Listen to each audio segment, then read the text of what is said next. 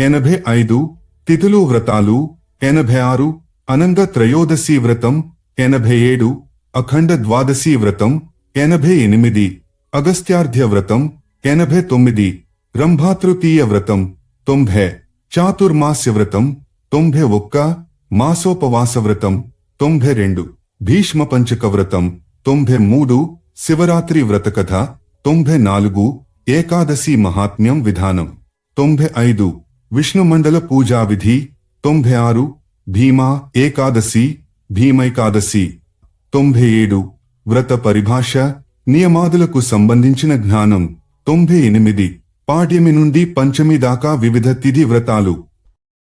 తిథులు వ్రతాలు బ్రహ్మదేవుడు వ్యాసమహర్షికి ఇంకా ఇలా చెప్పాడు. హే వ్యాసముని, ఇప్పుడు నేను కొన్ని వ్రతాలను నీకుపదేశిస్తాను. వీటిని శ్రద్ధాభక్తులతో చేసే వారికి విష్ణువు అన్నీ ఇస్తాడు. అన్ని మాసాల్లో, అన్ని నక్షత్రాల్లో, అన్ని తిథుల్లో హరికి ప్రియమైన వ్రతాలున్నాయి. పాడ్యమి తిథి నాడు వైశ్వానరుని, కుబేరుని పూజించాలి. వారు సాధకునికి అర్ధలాభాన్ని అంటే ధన, కనక, వస్తు వాహనాదులను ప్రదానం చేస్తారు. పాడ్యమి, అశ్వనీ నక్షత్రాలు కలిసిన నాడు ఉపవాసం చేస్తే బ్రహ్మదేవుడు సంతోషించి అర్ధాన్నిస్తాడు. తిథి, పూజ్యదేవతాలు, ఫలాలు, విధియ, యముడు, లక్ష్మీనారాయణుడు, అర్ధలాభం, తదియ, గౌరీ, శివుడు, గణేశుడు, చవితి, చతుర్వ్యూహాలతో విష్ణువు, పంచమి, హరి, షష్ఠి, కార్తికేయుడు, సూర్యుడు, రవి, కొమ్మ, సప్తమి, భాస్కరుడు ఉపవాసం చేయాలి. అర్ధలాభం, అష్టమి, దుర్గా, నవమి, మాతృకలు, దిశలు, అర్ధలాభం, దశమి, యముడు, చంద్రుడు, ఏకాదశి, ఋషిగణాలు, ద్వాదశి, హరి, మన్మథుడు, త్రయోదశి, శివుడు, చతుర్దశి, పున్నం, బ్రహ్మ, అమావాస్య, పితృగణాలు, ధన సంపత్తి. ఆదివారం అశ్వనితో మొదలుపెట్టి వరుసగా 4 నక్షత్రాలను, సోమవారం 5 నుండి మరో 4 అలా శనివారం 3టితో మొత్తం 27 నక్షత్రాలను పూజించిన వారి కోరికలన్నిటినీ ఆ నక్షత్రాలు నెరవేర్చగలవు. అధ్యాయం 116. ఏకభుక్తం, నక్తవ్రతం, ఉపవాసం లేదా ఫలాహార వ్రతం ఏది చేసినా శ్రీహరి ఆవ్రతికి ధన, ధాన్య, పుత్ర, రాజ్య, విజయాలలో ఎన్నైనా గాని అన్ని అయినా గాని ప్రసాదిస్తాడు. దినార్ధ సమయే తీతే భుజ్యతే నియమేనయత్ ఏకభుక్తమితి ప్రోక్తం. రాత్రే తన్న కదాచన పగటిలో సగం కాలం గడిచాక భోజనం చేసి మరల 24 గంటలు గడిచేదాకా ఏమీ తినకుండా చేసే వ్రతం ఏకభుక్తం. దివసస్యాష్టమే భాగే మందీభూతే దివాకరే నక్తం తచ్చ విజానీయా న నక్తం నిశిభోజనం నక్షత్ర దర్శన నక్తం గృహసేన విధీయతే.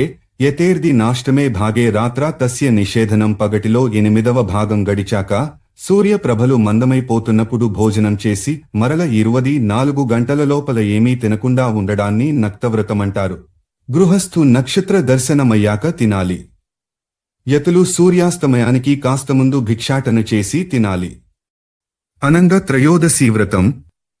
బ్రహ్మదేవుడు వ్యాసమహర్షికి ఇలా ఉపదేశించసాగాడు. హే మహర్షి, మార్గశిర శుక్ల త్రయోదశి నాడు ఈ అనంగ త్రయోదశి అనే వ్రతాన్ని చేయాలి. మల్లికా వృక్షపు దంతపు పుల్ల, ఉమ్మెత్త పూలతో పండ్లతో శివుని పూజించాలి. తరువాత అనంగాయేతి అనే మంత్రాన్ని పూర్తిగా చదువుతూ భగవంతుడైన శివునికి తేనెను నైవేద్యంగా అర్పించాలి. పుష్యమాసంలో ఆయననే యోగేశ్వరుడను పేర బిల్వపత్రాలతో, కదంబ దంతపు పుల్లతో, పలుదోము పుల్ల, చందన, కుసర, నైవేద్యం, దులతో పూజించాలి. మునులారా, మాఘమాసంలో నటనాగరుడైన శివదేవుని కుందపుష్పాలతో ముత్యాలమాలతో పూజించి పాకడ చెట్టు నుండి విరిచిన దంతధావనం పుల్లను పూరికా నైవేద్యాన్ని సమర్పించాలి. ఫాల్గుణమాసంలో మరూబక, మండక, ములను పేరుగల పూలతో వీరేశ్వరనామక శివుని పూజించి ఆయనకు చక్కెర, కూర, గంజలను నివేదించి మామిడి పల్గోము పుల్లను సమర్పించాలి. చైత్రమాసంలో సురూప భగవానుని పూజించాలి. రాత్రి కొంచెం కర్పూరం నివేదించాలి. స్వామికి దంతధావనకి మట్టిపుల్లని నైవేద్యానికి పూరీలను సమర్పించాలి. వైశాఖ మాసంలో శివదేవుని సంహారకారక దమనక రూపంలో పూజించి ఉప్మా, బెల్లం నైవేద్యాలుగాను, గూలర, మేడి, పుల్లను దంతాల పనికిని సమర్పించాలి. ప్రాస్నకై జాతి ఫలాలను అర్పించాలి. ష్టమాసంలో ప్రద్యుమ్నదేవుని చంపక పుష్పాలతో పూజించి బిల్వదంతపు పుల్లని లవంగ మొగ్గలను సమర్పించాలి. ఆషాఢమాసంలో ఉమాభద్రుని పూజించి అగరుగంధాన్ని పూసి ఉత్తరేని దంతపు పుల్లని సమర్పించాలి. శ్రావణమాసంలో శూలపాణియైన శివుని పూజించాలి. గన్నేరు పూలు, గంధం, నెయ్యి కలిపిన భోజనం, గన్నేరుపుల్ల పూజాద్రవ్యాలు భాద్రపదంలో సద్యోజాత నామంతో శివుని పొగడపూలతో పూజించి అరిసెలను నైవేద్యం పెట్టాలి. ఆశ్వయుజమాసంలో సురాధిపుడైన శివుని చంపక పుష్పాలు, బంగారు కలసతో నీరు, సువాసన వచ్చు మోదకాలు పూజాద్రవ్యాలుగా చేసి ఆరాధించాలి. దంతధావనపు పుల్లగా దమనకాన్ని సమర్పించాలి. కార్తీక మాసంలో చండ్రపుల్లని దంతాలకి, మదన పుష్పాలను, పాలను, కూరగాయలను శివపూజా నైవేద్యాలకి సమర్పించాలి. ఈ ఏడాదిలో ప్రతిరోజూ కమల పుష్పాలతో శివుని అర్చించాలి. పైన చెప్పబడిన విధంగా సంవత్సరం పాటు పూజలు చేసిన తరువాత రతీసహితుడైన అనంగదేవుని స్వర్ణ ప్రతిమను స్వర్ణ నిర్మితమైన మండలంలో స్థాపించి వారికి గంధాదులతో పూజ చేసి తిలలతో బియ్యంతో హవన సామగ్రిని తయారు చేసి వారికి 10,000 ఆహుతులనివ్వాలి. ఇందులో పేర్కొనబడిన దేవతలందరినీ మంత్ర సహితంగా ఎలా పూజించాలో ఈ పురాణంలోనే అధ్యాయాలలో చెప్పబడింది. అధ్యాయం 128. అఖండ ద్వాదశి వ్రతం. మునులారా, ఇప్పుడు మోక్ష శాంతిప్రదమైన అఖండ ద్వాదశి వ్రతాన్ని వినిపిస్తాను. మార్గశిర శుద్ధ ద్వాదశి నాడు ఆవు పాలు, పెరుగులను మాత్రమే భోజనంగా స్వీకరించి జగన్నాథుడైన విష్ణువును పూజించాలి. 4 నెలల పాటు అనగా ఫాల్గుణ మాసం దాకా ప్రతి ద్వాదశి నాడు చేసి చివర 5 రకాల ధాన్యాలను 5 పాత్రలలో నింపి బ్రాహ్మణునికి దానం చేసి విష్ణు భగవానుని ఈ విధంగా ప్రార్థించాలి. సప్త జన్మని హే విష్ణో యన్మయా హీ వ్రతం కృతం భగవంస్త్వ ప్రసాదేన తదఖండ మిహాస్తు మే యథాఖండం జగత్సర్వం త్వమేవ పురుషోత్తమ తథాభిలానే ఖండాని వ్రతాని మమ సంతువై. ఆచార 1:1-8-3-4. ఇలా తాను 7 జన్మలలో చేసే ప్రతి పుణ్య కర్మఫలాన్ని అఖండం చేయమని దేవుని ప్రార్థిస్తూ చైత్రాది 4 మాసాల్లో సత్తు పేలపిండి తో నింపిన పాత్రలను, శ్రావణాది 4 మాసాలలో నెయ్యి నింపిన పాత్రలను బ్రాహ్మణునికి దానం చేయాలి. సామర్థ్యం లేనివారు సంవత్సరంలో 3 మార్లే దానమీయవచ్చును. ఈ విధంగా 1 సంవత్సరం పాటు ఈ వ్రతాన్ని చేసిన వారికి ఉత్తమ స్త్రీ, మంచి కొడుకులు లభిస్తారు. దేహాంతంలో స్వర్గలోక ప్రాప్తి ఉంటుంది. అధ్యాయం 118. అగస్త్యార్ఘ్యవ్రతం. శక్తి ముక్తి ప్రదాయకమైన ఈ వ్రతాన్ని కన్యారాశిలో సూర్య సంక్రాంతికి 3 రోజుల ముందు ప్రారంభించాలి. కాసపుష్పాలతో, రెల్లుపూలతో అగస్త్యుని మూర్తిని తెలతెల వారుతుండగా పూజించి కుంభంలోని నీటితో ఆ మహనీయునికి అర్ఘ్యమివ్వాలి. ఆ రోజంతా ఉపవసించి రాత్రి జాగరం చేసి తెల్లవారినాక బంగారు లేదా వెండి పాత్రలో 5 రంగులున్న దానిలో సప్తధాన్యములను పోసి పెరుగుని చందనాన్ని కూడా రంగరించి అగస్త్యః ఖనమానః అనే ఋగ్వేద 1:1-7-9-6 మంత్రం చదువుతూ మరల అర్ఘ్యప్రదానం చేయాలి. దీనికి ముందే పెరుగులో ముంచిన అక్షతలతోనూ, పూలతోనూ, పండ్లతోనూ ఆయన మూర్తిని పూజించాలి. అర్ఘ్యానంతరం ఈ మంత్రంతో ప్రార్థించాలి. కాసపుష్ప ప్రతీకాస అగ్ని మారుత సంభవ మిత్రా వరుణయోః పుత్ర కుంభయోనే నమోస్తుతే. ఆచార 119:5. ఈ వ్రతాన్ని శూద్రులు, స్త్రీలు కూడా చేయవచ్చును. పూజానంతరం 1 కుండలో బంగారాన్ని, వేరే దక్షిణని పెట్టి బ్రాహ్మణునకు దానమివ్వాలి. వేరే 7 బ్రాహ్మణులకు భోజనం పెట్టాలి. ఇలా ప్రతి సంక్రాంతి నాడు చేస్తూ 1 ఏడాది పాటు చేసిన వారు సర్వ ప్రకారాల శ్రేయస్సులకు అధికారులవుతారు. అధ్యాయం 1:1-9. రంభాతృతీయ వ్రతం. బ్రహ్మదేవుడింకా ఇలా చెప్పసాగాడు. సౌభాగ్యం, లక్ష్మి, పుత్రాది ఫలప్రదమైన రంభాతృతీయ వ్రతాన్నుపదేశిస్తాను. దీనిని మార్గశిర శుద్ధ తదియనాడు చేయాలి. ఈ రోజు ఉపవసించి కుశాలను ఉదకాన్ని కలిపి కుశోదకాన్ని చేతబట్టుకుని బిల్వపత్రాల చివరలను దానిలో ముంచి వాటితో మహాగౌరిని పూజించాలి. ఈ పూజలో కదంబ వృక్షానుండి తీసిన పలుదోము పుల్లను వాడాలి. పుష్యమాసంలో మరుబక పుష్పాలతో పార్వతీదేవిని పూజించి కృసర అనగా బియ్యం నువ్వులు కలిపి వండిన సిద్ధాన్నమును నైవేద్యం పెట్టి మల్లికా దంతధావన సాధనాన్ని దేవికి సమర్పించాలి. ఉపవాసం చేసి కర్పూరాన్ని మాత్రమే ప్రాశించాలి. మిగతా మాసాల్లో మాసం, ప్రాస్న, పూలు, నైవేద్యం, దేవత, పల్దోము పుల్ల, మాఘ, నెయ్యి, తెల్లకమల, పెరుగన్నం, సుభద్రాదేవి, ఫాల్గుణ, జీవ, కుంద, శష్కులి, గోమతి, కుందనాసం, చైత్ర, పెరుగు, దమనక, కృసరాన్నం, విశాలాక్షి, తగరకాష్ట, వైశాఖ, అశోక మొగ్గ, కర్ణికార, శ్రీముఖి, వట, జ్యేష్ఠ, లవంగం, శతపర్ణి, చక్కెర, నారాయణి, శతపర్ణి, ఆషాఢ, తిల, బిల్వపత్ర, నెయ్యి, పాయసం, మాధవి, గూలర, శ్రావణ, తగర, మల్లిక, క్షీరాన్నం, శ్రీదేవి, భాద్రపద, సింగడ, పద్మ, బెల్లం, ఉత్తమాదేవి. మాసం, ప్రాస్న, పూలు, నైవేద్యం, దేవత, పల్దోము పుల్ల, అశ్వయుజ, అన్నం, జప, సుగంధాన్నం, రాజపుత్రి, కార్తిక, పంచగవ్య, జాతి, కృసరాన్నం, పద్మజ. ప్రాస్నయనగా నోటిలో వేసుకునుట ఒకటి. జీవ అనేది ఒక కాయగూర పేరు. ఇది పంచదారంత తీయగా ఉంటుంది. 2 శష్కులి అంటే పూరియేగాక తిల, తండుల, ఉడద చూర్ణంతో చేసిన యవాగు అనే అర్థం కూడా ఉంటుంది. 3 తగర అనే పదానికి పూల చెట్టు, తెల్ల పూలు, మదన వృక్షమనే అర్థాలున్నాయి. ఈ ప్రకారంగా మార్గశిరం నుండి కార్తీకం దాకా ఒక ఏడాది పాటు వ్రతాన్నవలంబించి చివరి కొందరు బ్రాహ్మణులను వారి పత్నులతో బాటు పూజించి వారికి నెయ్యి, నువ్వులతో వండిన వంటలతో భోజనం పెట్టాలి.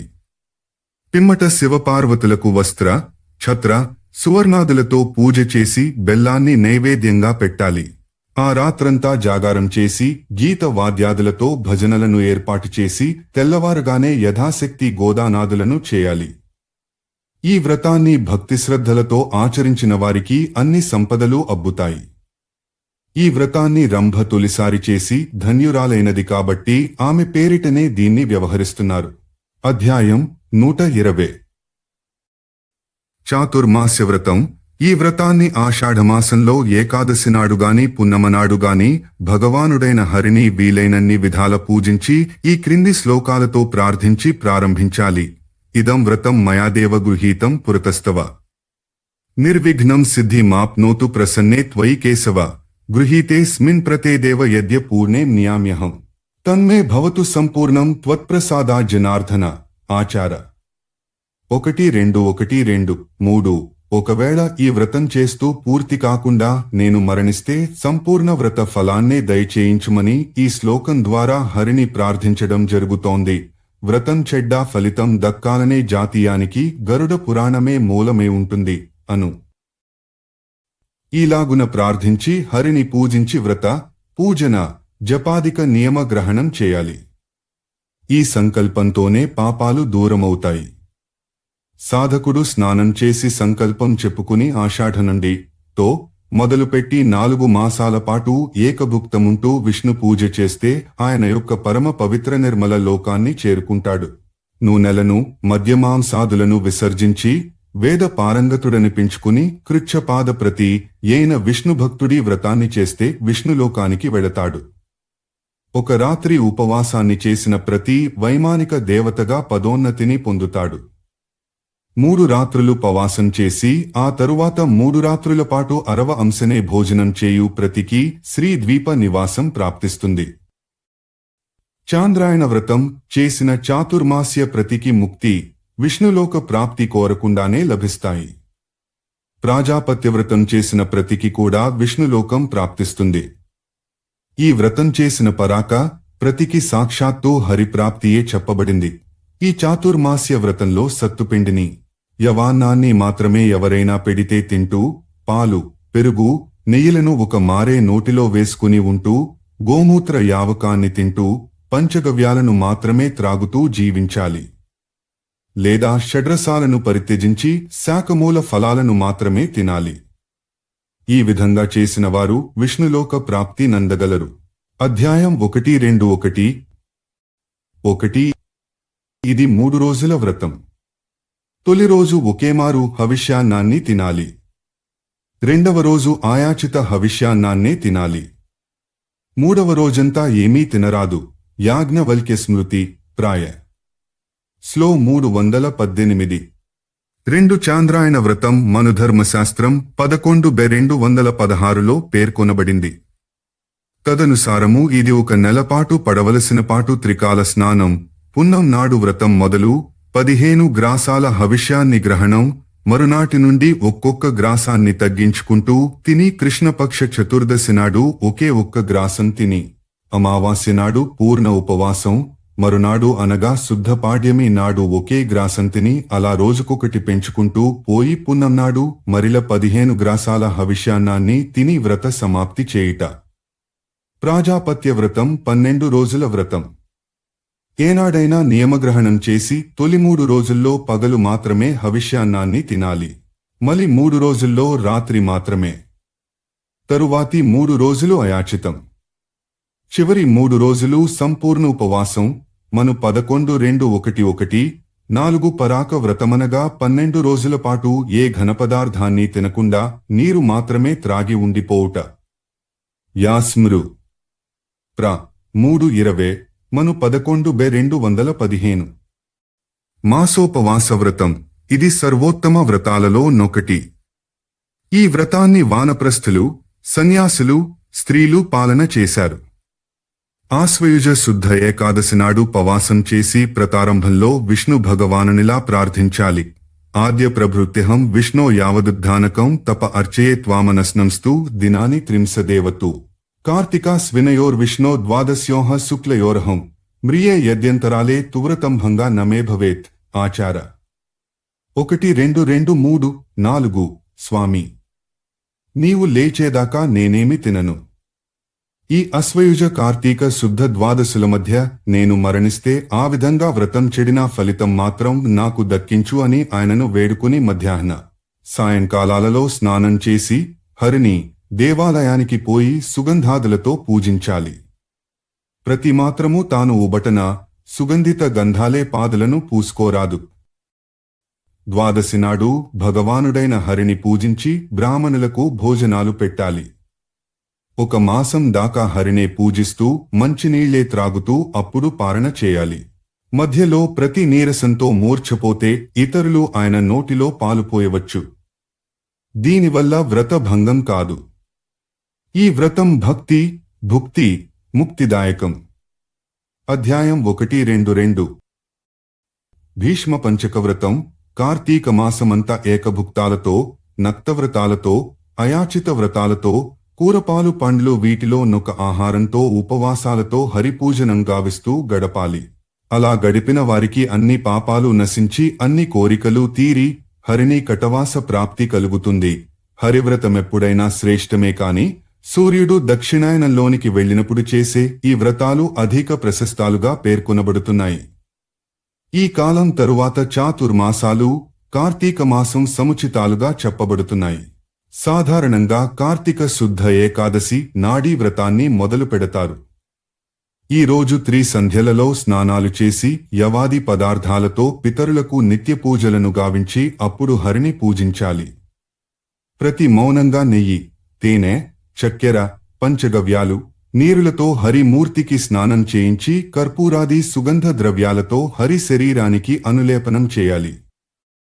సాధకుడు పున్నం వరకు ప్రతిరోజూ విష్ణుదేవునికి నేతి తోడి గుగ్గిల ధూపాన్నిచ్చి పక్వానాలను మధురమైన మిఠాయిలను నైవేద్యంగా సమర్పించి ఓం నమో వాసుదేవాయ అనే మంత్రాన్ని 108 మార్లు జపించాలి.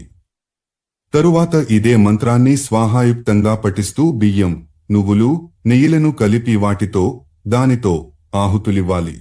ప్రతి తొలి రోజు కమల పుష్పాలతో శ్రీమన్నారాయణని పాదాలను, మలిరోజు బిల్వపత్రాలతో జంఘలను, 3వ రోజు గంధంతో నాభిని, తరువాతి దినాన బిల్వపత్రాలతో జవాపుష్పాలతో స్కంధమును, చివరి రోజు మాలతీ పుష్పాలతో స్వామి శిరోభాగాన్ని పూజించాలి. ఈ 5 రోజులు పుడమిపైనే నిద్రించాలి.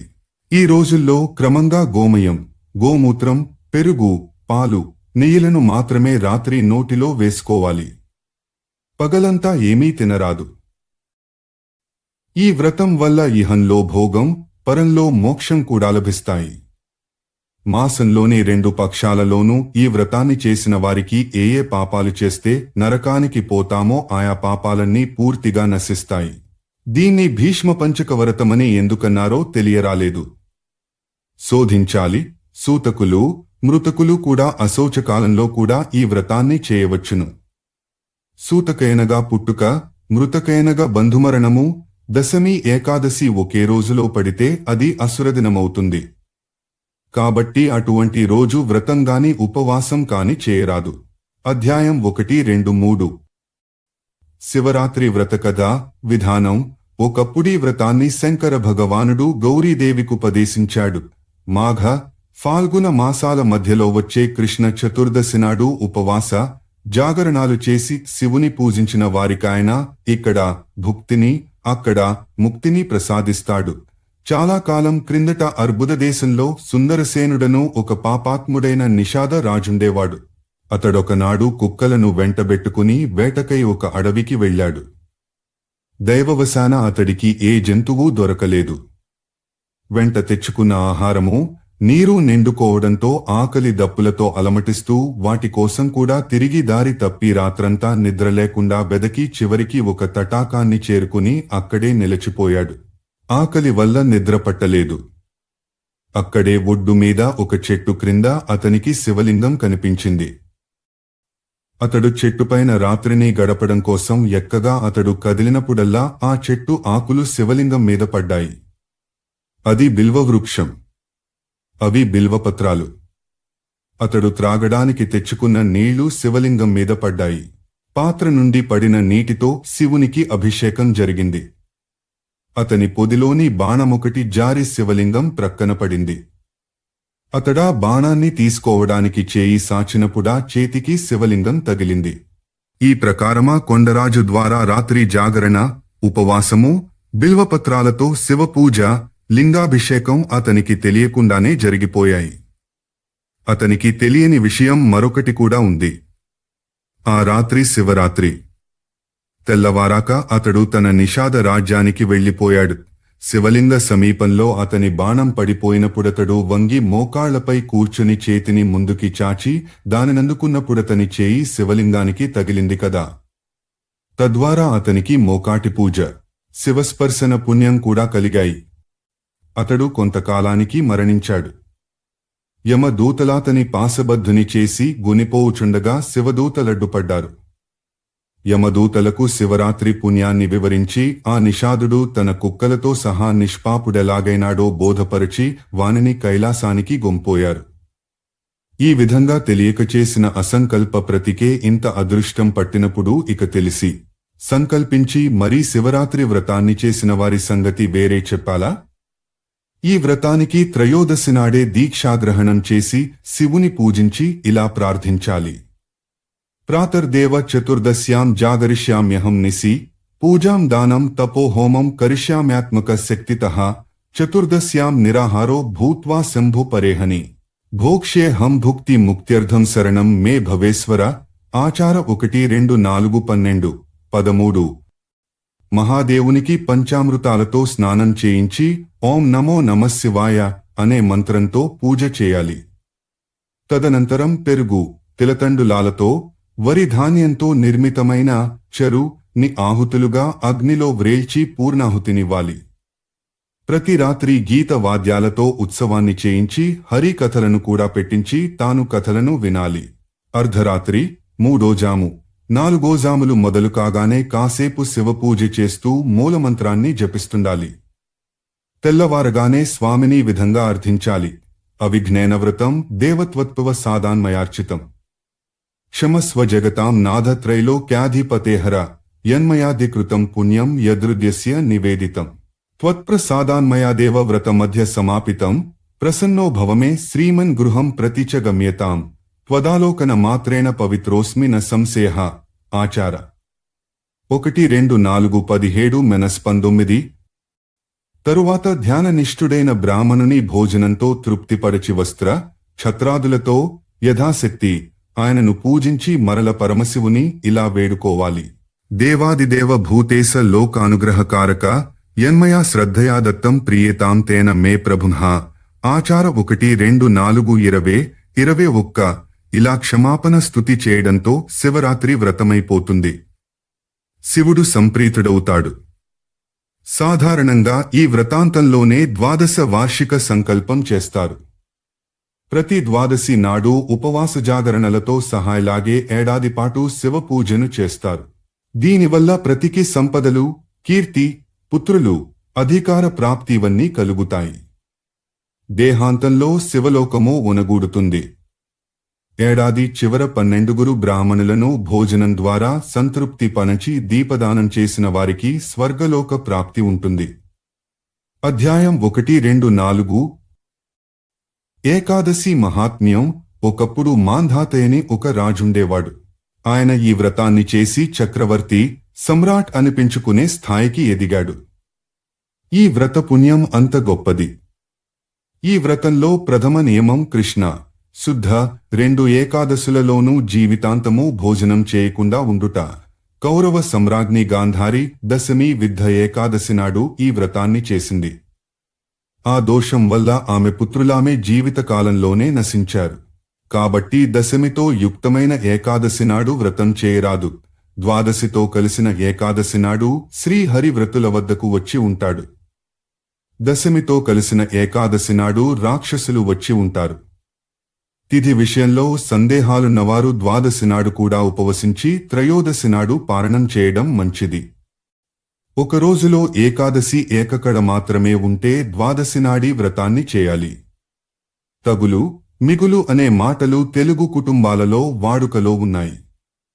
తగులు మరీ తక్కువగా ఉంటే మిగులులో చేయవచ్చనే అర్థం. ఒకే రోజులో దశమి, ఏకాదశి, త్రయోదశి తిథులు వస్తే ఆ రోజు తప్పనిసరిగా వ్రతం చేయాలి. అది పరమమంగళకరమైన రోజు, సర్వపాప వినాశకరమైన రోజు. ఆ రాత్రి జాగరణ, పురాణ శ్రవణం, గదాధర విష్ణుదేవుని పూజ ఈ మూటిని కృష్ణ శుద్ధ ఏకాదశులలో ఉపవాసంతో సహా జీవితాంతము చేసిన రుక్మాంగద మహారాజుకి మోక్షం లభించింది. కాబట్టి ఈ వ్రతాన్ని ఎవరు చేసినా సుఖజీవనం, మోక్షప్రాప్తి కలుగుతాయి. అధ్యాయం 1-2-5 ఈ పురాణంలో వైష్ణవంలోని ఏకాదశిని మాత్రమే చర్చించడం జరిగింది. విష్ణుమండల పూజావిధి భుక్తి ముక్తిప్రదాయకం, పరమగతి ప్రాప్తిదం అయిన మరొక శ్రేష్ఠ పూజను విధి విధానయుక్తంగా వర్ణిస్తాను వినండి అంటూ బ్రహ్మదేవుడు విష్ణుమండల పూజను వర్ణించసాగాడు. ప్రతి ముందుక సామాన్య పూజామండలాన్నే నిర్మించి దాని ద్వారం దగ్గర పూజను మొదలుపెట్టాలి. ద్వారప్రదేశంలోనే ముందుగా ధాత, విధాత, గంగా యమునలను తరువాత శ్రీ, దండ, ప్రచండ, వాస్తు పురుషులను పూజించాలి. తరువాత మండల మధ్యభాగంలో ఆధారశక్తి కూర్మదేవ, అనంతులను పూజించాలి. పిమ్మట పృథ్వీ, ధర్మ, జ్ఞాన, వైరాగ్య, ఐశ్వర్య, అధర్మ, అజ్ఞాన, అవైరాగ్య, అనైశ్వర్యాలను కంద, నాళ, పద్మ, కర్ణిక, కేసరాది భాగాలపై పూజించి సత్వరజస్తమో గుణాలను కూడా పూజించాలి. తరువాత యథావిహిత స్థానాల్లో సూర్యాది గ్రహాలను, విమలాది శక్తులను అర్చించాలి. తరువాత మండల కోణ భాగాలలో దుర్గా, గణేశ, సరస్వతి, క్షేత్రపాలుడగు స్వామిలను పూజించాలి. అప్పుడు వాసుదేవుని ఆసనాన్ని దానిపై ఉంచిన మూర్తులను పూజించి వాసుదేవ, బలభద్రుల స్మరణను కొంతసేపు గావించి ఆపై అనిరుద్ధుని, నారాయణుని పూజించాలి. అప్పుడు నారాయణుని సంపూర్ణ పూజను అనగా హృదయాది సర్వాంగములను, శంఖ చక్రగదాది ఆయుధాలను అర్చించాలి. అనంతరం శ్రీ, పుష్టి, గరుడ, గురు, పరమగురువులను, ఇంద్రాది అష్టదిక్పాలకులను వారి వారి దిశలలోనే పూజించి మండల పైభాగంలో బ్రహ్మని, క్రింది భాగంలో నాగదేవతని పూజించాలి. ఆగమశాస్త్రంలో చెప్పబడిన విధంగా చోటును చూసి ఈశాన కోణంలో విశ్వక్సేనుని పూజించడంతో మంగళకరమైన మండల పూజ సంపూర్ణమవుతుంది. ఈ విధంగా విష్ణు మండల పూజను గావించిన వారు మహాత్ములవుతారు. వారికి పునర్జన్మ ఉండదు. ఇందులో పేర్కొనబడిన దేవతలందరినీ మంత్ర సహితంగా ఎలా పూజించాలో ఈ పురాణంలోనే అధ్యాయాలలో చెప్పబడింది. అధ్యాయం భీమా ఏకాదశి భీమైకాదశి సంస్కృత వ్యాకరణం ప్రకారం భీమైకాదశి అనాలి. ప్రాచీన కాలంలో పాండుపుత్రుడైన భీమసేనుడు మాఘశుద్ధ హస్తనక్షత్ర యుక్త ఏకాదశి నాడు ఈ పరమ పుణ్యప్రద వ్రతాన్ని చేసి పితృణ విముక్తుడైనాడు. ఆ మరుసటి రోజును ఆనాటి నుండి భీమద్వాదశిగా వ్యవహరిస్తున్నారు. బ్రహ్మహత్యాది మహాపాతకాలు కూడా ఆ రోజు శాస్త్రోక్తంగా వ్రతం చేస్తే నశిస్తాయి. బ్రహ్మహత్య, సురాపానం, స్వర్ణచౌర్యం, గురుపత్నిగమనం ఈ పాపాలు మహాపాతకాలని ధర్మశాస్త్రాలు వక్కాణిస్తున్నాయి. వీటిలో ఏ ఒక్కదాన్నైనా చేసినవాడు త్రిపుష్కర తీర్థాలలో మునిగినా శుద్ధుడు కాడు, పవిత్రుడు కాలేడు. ఈ వ్రతం మహాపాతకుని కూడా శుద్ధుని, పవిత్రుని చేయగలదు. నైమిష, కురు, ప్రభాస క్షేత్రాలు, కాళింది, యమున, గంగ మున్నగు తీర్థాలు ఎట్టి పాపాన్నైనా కడిగివేయగలవుగాని మహాపాపములను నశింపజేయలేవు. దానాలు, జపాలు, హోమాలు, పూజలు కూడా అంతే. పృథ్వినే దానం చేయగా వచ్చే పుణ్యాన్ని త్రాసులో ఒకవైపు, ఈ పవిత్ర భీమైకాదశి ద్వారా హరిని పూజింపగా వచ్చిన పుణ్యాన్నొక వైపు వేసి తూస్తే ఏకాదశి పుణ్యమే ఎక్కువ శక్తిమంతమని తేలిపోతుంది. వ్రత విధానమేమనగా ముందుగా వరాహదేవుని స్వర్ణ ప్రతిమను తయారు చేయించి దానిని నూతన తామ్రపత్రంలో కలశపై స్థాపించాలి. తరువాత బ్రాహ్మణులచే సమస్త విశ్వమునకే బీజభూతుడైన విష్ణుదేవుని రూపమైన ఆ వరాహ ప్రతిమను తెల్లని పట్టుబట్టలచే కప్పించి స్వర్ణ నిర్మిత దీపాదులచే ప్రయత్నపూర్వకంగా పూజ చేయించాలి. భీమా ఏకాదశి భీమైకాదశి. ఓం వరాహాయ నమః. చరణ కమలాలు. ఓం క్రోడాకృతయే నమః. కటిప్రదేశం. ఓం గంభీర ఘోషాయ నమః. నాభి. ఓం శ్రీ వత్సధారిణే నమః. వక్షస్థలం. ఓం సహస్ర శిరసే నమః. భుజాలు. ఓం సర్వేశ్వరాయ నమః. గ్రీవము. ఓం సర్వాత్మనే నమః. నోరు. ఓం ప్రభవాయ నమః. లలాటము. ఓం శతమయూఖాయ నమః. కేశరాశి. పైన చెప్పబడిన మంత్రాలను జపిస్తూ స్వయంగా ప్రతియే వాటికెదురుగా చెప్పబడిన మహావిష్ణువు యొక్క శరీర భాగాలను పూజించాలి. తదనంతరం రాత్రి జాగారం చేసి హరికథా శ్రవణం చేయాలి. అది విష్ణు పురాణమైతే ప్రశస్తం. మరుసటి దినం స్నానాదికాలను నిత్య పూజను ముగించి నిన్న పూజలందిన స్వర్ణమయ వరాహమూర్తిని పూజాసక్తుడైన బ్రాహ్మణునికి దానమిచ్చి పారణ చేయాలి. ఈ విధంగా ఈ వ్రతాన్ని చేసిన వానికిక పునర్జన్మ ఉండదు. పితృ, గురు, దేవరుణాలు తీరిపోతాయి. ఈ లోకంలో ఉన్నంతకాలం అన్ని కోరికలు తీరి సుఖశాంతులతో జీవిస్తాడు. ఈ వ్రతమే అన్ని వ్రతాలకు ఆది అని పెద్దలంటారు. అధ్యాయం 1-2 వ్రత పరిభాష. నియమాదులకు సంబంధించిన జ్ఞానం. వ్యాసమునింద్ర. నారాయణ సంప్రీతికరములైన కొన్ని వ్రతాలను పదేశిస్తాను. శాస్త్రములలో వర్ణింపబడిన నియమములను తప్పకుండా పాటించడమే వ్రతం. అదే తపస్సు కూడాను. కొన్ని సామాన్య నియమాలిలా ఉంటాయి. నిత్యం త్రిసంధ్యలలో స్నానం. భూమిపై శయనం. పవిత్రంగా ఉంటూ రోజూ హవనం చేయడం. పతిత జన సాంగత్యాన్ని వర్ణించడం. వ్రతం కోసం కాంస్యపాత్ర, ఉడద, చిక్కుడు, ధాన్యం, పెసరవంటి పప్పు, ధాన్యాలు, ఉల్లి, ఇతరులు పెట్టే అన్నం, కూరలు, మధుసేవనం అనగా తేనె వంటి రుచులు, భోగాలు. మద్యపానం ఎప్పుడూ పాపమే. వీటన్నిటినీ విసర్జించాలి. పువ్వులు, ఇతర అలంకారాలు, కొత్త బట్టలు, ధూపగంధలేపనాది సరదాలు, అంజన ప్రయోగం వ్రతకాలంలో వదిలేయాలి. ఒక మారు కంటే నెక్కువగా నీరు, ఇతర పానీయాలు, కాఫీ, టీలాంటివి ఇప్పుడు తాంబూలం, పగటినిద్ర, భార్యతోనైనా మైథునం వీటిలో నేది చేసినా వ్రతభంగమే అవుతుంది. పంచగవ్యాలను త్రాగవచ్చు. క్షమ, సత్యం, దయ, దానం, శౌచం, ఇంద్రియ నిగ్రహం, దేవపూజ, అగ్నిలోహవనం, సంతోషం, నీతి. పురాణంలో అచౌర్యమని ఉంది. ఈ 10 అన్ని వ్రతాలకు సర్వసామాన్య ధర్మాలు. క్షమా, సత్యం, దయాదానం, శౌచమింద్రియ నిగ్రహ, దేవపూజాగ్ని హవనే సంతోషోస్తేయమేవచ సర్వప్రతేష్వయం ధర్మః సామాన్యోదసధా స్మృతః. ఆచార. 1, 2, 8, 8, 9 24 గంటలలో ఒకేమారు చీకటిపడి నక్షత్ర దర్శనం జరుగుతుండగా భోజనం చేయడమే నక్తవరత్మవుతుంది. రాత్రెప్పుడో భోంచేయడం కాదు. పంచగవ్య ప్రాసనకి కూడా హద్దులు, మంత్రాలు ఉన్నాయి. వ్రత పరిభాష, నియమాదులకు సంబంధించిన జ్ఞానం, గోమూత్రం, గాయత్రి, ఒకపలం, గోమయం, గంధద్వార, అర్ధాంగుష్ట, ఆవు పాలు, ఆప్యాయస్వ, 7 పలంలు, ఆవు పెరుగు, దధి, 3 పలంలు, ఆవు నెయ్యి, తేజోసి, 1 పలం, దేవస్య అనే మంత్రంతో కుశదర్భలు కడిగిన మంత్రజలంతో పంచగవ్యాలను శుద్ధి చేయాలి. 1 పలం ఆ జలాన్ని ఆయా మంత్రాలను చదువుతూ ఆయా ద్రవ్యాల బరువును తూచిపెట్టుకుని సేవించాలి. అజ్ఞాధానం, ప్రతిష్ఠ, యజ్ఞం, దానం, వ్రతం, వేదవ్రతం, వృషోత్సర్గం, చూడాకరణం, ఉపనయనం, వివాహాది మంగళకర కృత్యాలు, రాజ్యాభిషేకాది అధికార కర్మలు మలమాసంలో చేయరాదు. అమావాస్య నుండి అమావాస్య దాకా జరిగే కాలాన్ని చాంద్రమాసమంటారు. సూర్యోదయం నుండి మరుసటి సూర్యోదయం దాకా ఉండే కాలాన్ని ఒక దినం, ప్రస్తుత భాషలో రోజు అంటారు. ఇలాంటి 30 రోజులొక మాసం.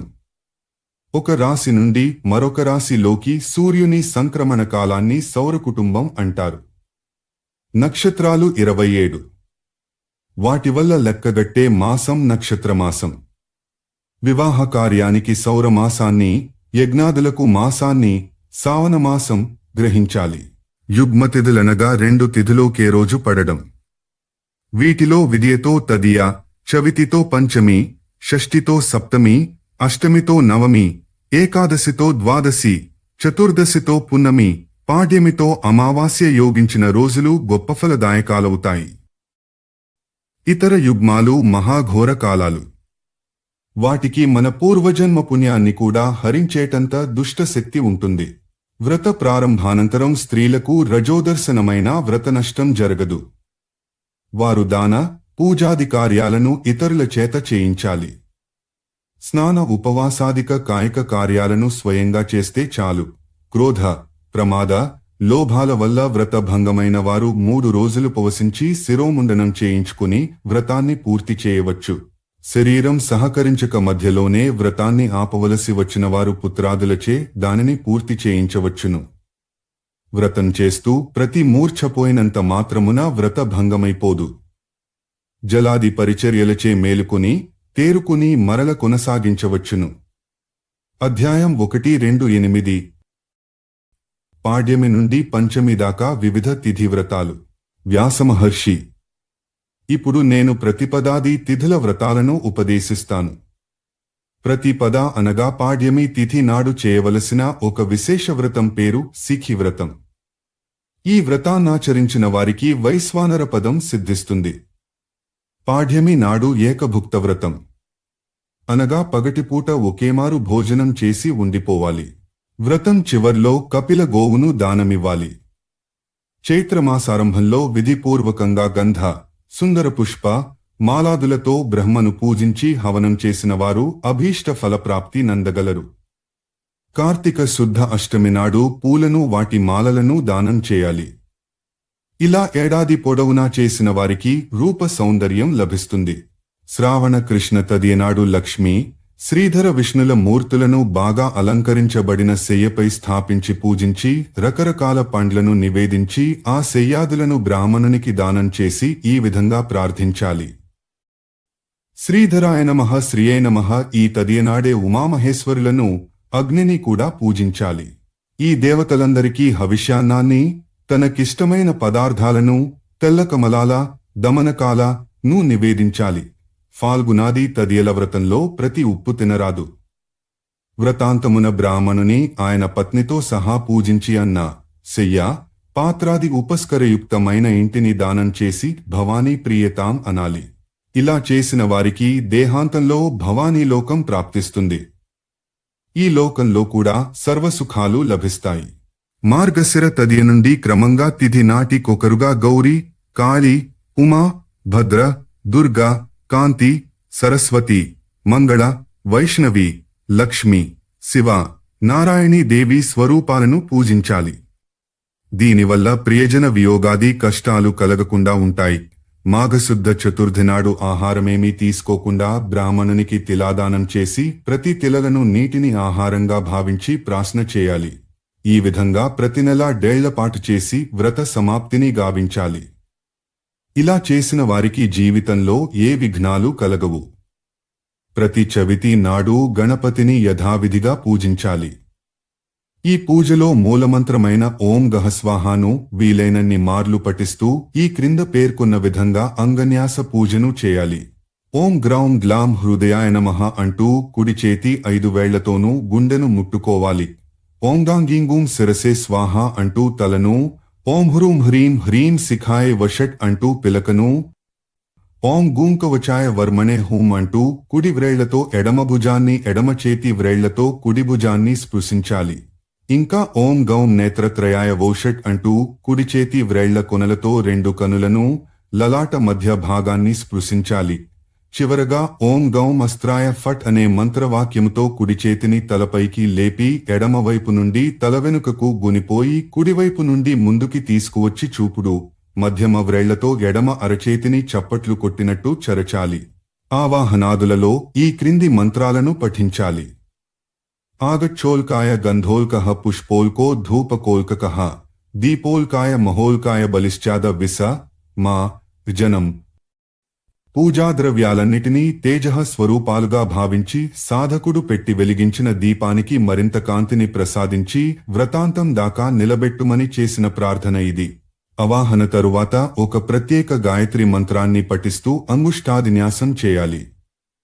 ఇలా ఓం మహాకర్ణాయ విద్మహే వక్రతుండాయ ధీమహి తన్నో దంత్యః ప్రచోదయాత్ కరన్యాసం కడముట్టినాక ఈ మంత్రాన్నే పఠిస్తూ తిలాదులతో వినాయకుని పూజించి వాటినే ఆహుతులుగా ఇవ్వాలి. గణాలను కూడా స్మరిస్తూ ఓం గణాయ నమః, ఓం నపతయే నమః, ఓం కూష్మాండకాయ నమః అంటూ పూజించాలి. ఇదే విధంగా ఇతర గణాలను పూజిస్తూ స్వాహాను చేర్చి ఆహుతులిలా ఇవ్వాలి.